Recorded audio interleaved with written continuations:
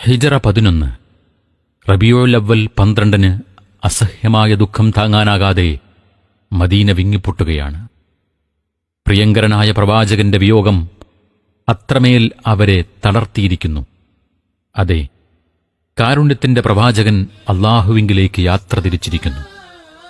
അധർമ്മങ്ങളുടെ അഗാധഗർത്തങ്ങളിൽ ആപതിച്ചിരുന്ന തങ്ങളെ 23 വർഷങ്ങൾ കൊണ്ട് അത്യുത്തമർ എന്ന വിശേഷണത്തിനർഹരാക്കിയ പ്രിയ ഗുരുനാഥന്റെ ഓർമ്മകൾ അവരുടെ മനോമുകുരങ്ങളിൽ തങ്ങി നിന്നു. ഉള്ളതെല്ലാം ഉപേക്ഷിച്ച് പ്രവാചകനൊപ്പം മദീനയിലേക്ക് പലായനം ചെയ്ത മുഹാജിറുകളും പ്രവാചകന്റെയും അനുചരന്മാരുടെയും സംരക്ഷണ ചുമതല സ്വയം ഏറ്റെടുത്ത് തങ്ങളുടെ സമ്പത്തും ശരീരവും നൽകി സ്നേഹിച്ച, എന്തിനേറെ സ്വന്തം നാടിനെപ്പോലും പ്രവാചകനിലേക്ക് ചേർത്ത് പറയാനാഗ്രഹിച്ച അൻസാരികളും ഈ ആഘാതം ഉൾക്കൊള്ളാനാകാതെ പകച്ചു നിൽക്കുകയാണ്. ഉയർത്തിപ്പിടിച്ച വാളുമായി ഉമർ ഇബ്നുൽ ഖത്താബ് റളിയല്ലാഹു അൻഹു ഉച്ചത്തിൽ പറഞ്ഞു, ഇല്ല, പ്രവാചകൻ മരിച്ചിട്ടില്ല. മരിച്ചു എന്ന് പറയുന്നവരെ ഞാൻ ഈ വാളിന് ഇരയാക്കും. ഉറ്റമിത്രം അബൂബക്കർ റളിയല്ലാഹു അൻഹു കടന്നുവന്നു. മുഖത്തുണ്ടായിരുന്ന തുണി പതുക്കെ നീക്കി അദ്ദേഹം ഒന്ന് ചുംബിച്ചു. ദുഃഖം സഹിക്കവയ്യാതെ വിതുമ്പിക്കൊണ്ട് അദ്ദേഹം പറഞ്ഞു, അല്ലാഹു താങ്കൾക്ക് വിധിച്ചിട്ടുള്ള മരണത്തിന് താങ്കൾ കീഴടങ്ങിയിരിക്കുന്നു. തുടർന്ന് പള്ളിയിൽ വന്ന് ജനങ്ങളെ അഭിസംബോധന ചെയ്ത് സംസാരിച്ചു. ആരെങ്കിലും മുഹമ്മദ് നബി സല്ലല്ലാഹു അലൈഹി വസല്ലമയെയാണ് ആരാധിച്ചത് എങ്കിൽ അദ്ദേഹം മരണപ്പെട്ടിരിക്കുന്നു. ആരെങ്കിലും അല്ലാഹുവിനെയാണ് ആരാധിച്ചതെങ്കിൽ അവൻ എന്നെന്നും ജീവിച്ചിരിക്കുന്നവനാണ്. അങ്ങനെ ആ ദുഃഖസത്യം അംഗീകരിക്കാൻ ഓരോരുത്തരും തയ്യാറായി. ഇന്നു മുതൽ മദീന പഴയ മദീനയല്ലെന്ന് അവർക്ക് മനസ്സിലായി. വാനലോകത്തുനിന്ന് വഹ്യുമായി ജിബ്രീൽ വരില്ല എന്നും മദീനയിലെ പ്രകാശം അണഞ്ഞുവെന്നും അവർ തിരിച്ചറിഞ്ഞു. എന്നാൽ കാലം മുന്നോട്ട് ഗമിച്ചപ്പോൾ റബീഉൽ അവ്വൽ ആഘോഷത്തിന്റെയും ആനന്ദത്തിന്റെയും ദിനങ്ങളായി മാറി. ഗാനാലാപനം നടത്തിയും വിഭവസമൃദ്ധമായ ഭക്ഷണമൊരുക്കിയും ദഫ്മുട്ടും റാലിയുമൊക്കെയായി കെങ്കേമമായ ആഘോഷം ലോക മുസ്ലിങ്ങളെ ദുഃഖത്തിലാഴ്ത്തിയ ഈ നിമിഷങ്ങളുടെ ഓർമ്മകൾ ആഘോഷവേളകളായത് എന്നു മുതൽക്കാണ്.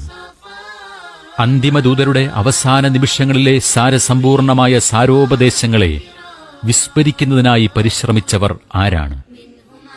ജീവിതകാലത്ത് ഒരിക്കൽ പോലും തന്റെ ജന്മദിനം ആഘോഷിക്കുകയോ അനുചരന്മാരോട് കൽപ്പിക്കുകയോ ചെയ്യാത്ത പ്രവാചകനാണോ ഇതിനാരംഭം കുറിച്ചത്?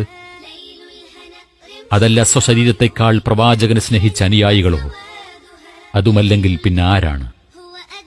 ഇതിന് ഉത്തരം തേടി ചരിത്രത്തിലൂടെ അല്പം പുറകോട്ട് സഞ്ചരിച്ചാൽ ഹിജ്റ 4-ാം നൂറ്റാണ്ടിൽ പ്രവാചക കുടുംബം ചമഞ്ഞ് ജനസ്വാധീനവും ഭരണവും നേടിയെടുത്ത, മദ്ഹബി പക്ഷാന്തരമില്ലാതെ മുഴുവൻ പണ്ഡിതരും ഇസ്ലാമിന്റെ ശത്രുക്കൾ എന്ന് പരിചയപ്പെടുത്തിയ അങ്ങനെ ചിലരിലേക്കാണ് ഈ ആചാരം ചെന്നെത്തുക.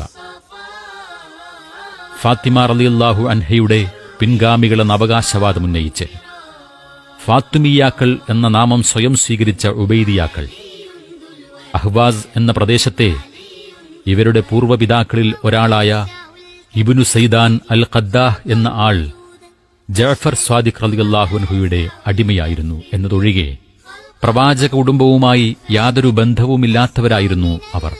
പക്ഷേ ജന്മദേശമായ അഹ്വാസിൽ നിന്നും മൊറോക്കോയിലേക്ക് കുടിയേറിയ ഇവർ അവിടെ തങ്ങൾ പ്രവാചക കുടുംബമാണെന്ന വ്യാജ പ്രചരണം നടത്തി ജനസ്വാധീനം നേടി.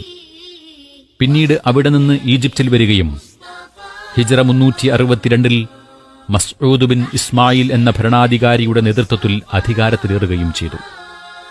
യഥാർത്ഥ നബി കുടുംബം നിലനിൽക്കെ വ്യാജന്മാർ അധികാരം കൈയാളുന്ന കാഴ്ചയാണ് പിന്നീട് കണ്ടത്.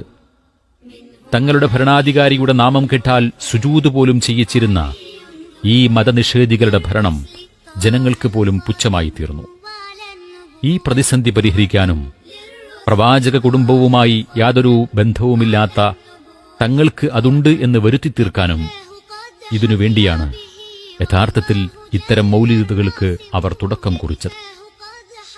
ആദ്യം നബി സല്ലല്ലാഹു അലൈഹി വസല്ലം, അലി റളിയല്ലാഹു അൻഹു, ഫാത്തിമ റളിയല്ലാഹു അൻഹ, ഹസൻ ഹുസൈൻ റളിയല്ലാഹു അൻഹും ഇവരുടെയെല്ലാം പേരിൽ മൗലിദ് പുറത്തിറക്കി. മൗലിദാഘോഷങ്ങൾ ഭരണത്തിന് കീഴിൽ വലിയ ചടങ്ങായി ആചരിച്ചു. ജനസമ്മതി നേടാൻ ഇത് അവർക്കുപകരിച്ചു. ഇവരെ തിരിച്ചറിഞ്ഞ മുസ്ലിം ലോകത്തെ പണ്ഡിതർ ഷിഈ സുന്നി വേർതിരിവില്ലാതെ ഹിജ്റ 402 മക്കയിൽ ഒരു അടിയന്തര യോഗം ചേർന്ന് ഇവരുടെ വിഷയത്തിൽ നിലപാട് പ്രഖ്യാപിച്ചു. പ്രസ്തുത നിലപാട് ഇങ്ങനെയായിരുന്നു: ഇവർ അവിശ്വാസികളും നീചന്മാരും താന്തോന്നികളും മതനിഷേധികളും നിരീശ്വരവാദികളുമാണ്. ഇസ്ലാമിനെ നിഷേധിക്കുന്നവരും ബഹുദൈവാരാധനയിലും അഗ്നിയാരാധനയിലും വിശ്വസിക്കുന്നവരും ഇസ്ലാമിന്റെ വിധിവിലക്കുകളെ കാറ്റിൽ പറത്തിയവരും മദ്യവും വ്യഭിചാരവും അനുവദനീയമാക്കിയതുമായവരാണ്. പ്രവാചകരെയും മുൻഗാമികളെയും ആക്ഷേപിക്കുന്ന ഇവർ റുബൂബിയ്യത്ത് പോലും വാദിക്കുന്നു. ഉബൈദിയാക്കളുടെ തനിനിറം തുറന്നുകാട്ടി ഗ്രന്ഥരചന നടത്തിയ നിരവധി ഷാഫിഈ പണ്ഡിതരെ കാണാൻ സാധിക്കും. ഹിജ്റ 505 മരണപ്പെട്ട അബൂ ഹാമിദ് അൽ ഗസാലിയുടെ ഫലാഇഹുൽ ബാത്തിനിയ, ഫലാഇലുൽ മുസ്തൽഹിരിയ മുതൽ അബൂബക്കർ അൽ ബാഖില്ലാനിയും അബൂ യഅലയും ഖാലി അബ്ദുൽ ജബ്ബാറും അൽ ഖലഖശന്ദിയും അത്തബരീസിയും തുടങ്ങി അൽ ഹാഫിള് ഇബ്നു കസീർ തന്റെ അൽ ബിദായത്തു വന്നിഹായിലുമടക്കം ഉബൈദിയാക്കളിൽ പതിയിരിക്കുന്ന അപകടവും അവർ പടച്ചുവിട്ട അനാചാരങ്ങളും വ്യക്തമാക്കി തൂലിക ചലിപ്പിച്ചവരാണ്.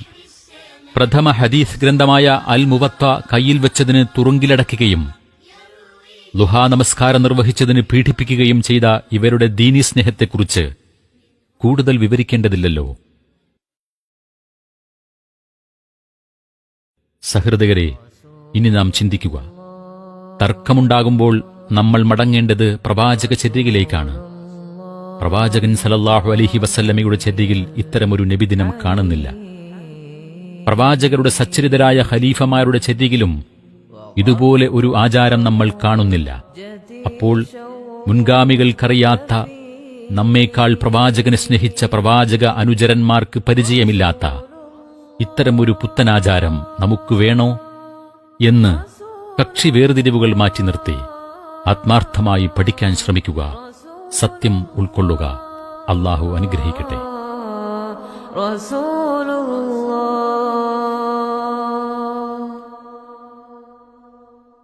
شوقي فاضت شافته للأمة قد كان منى أن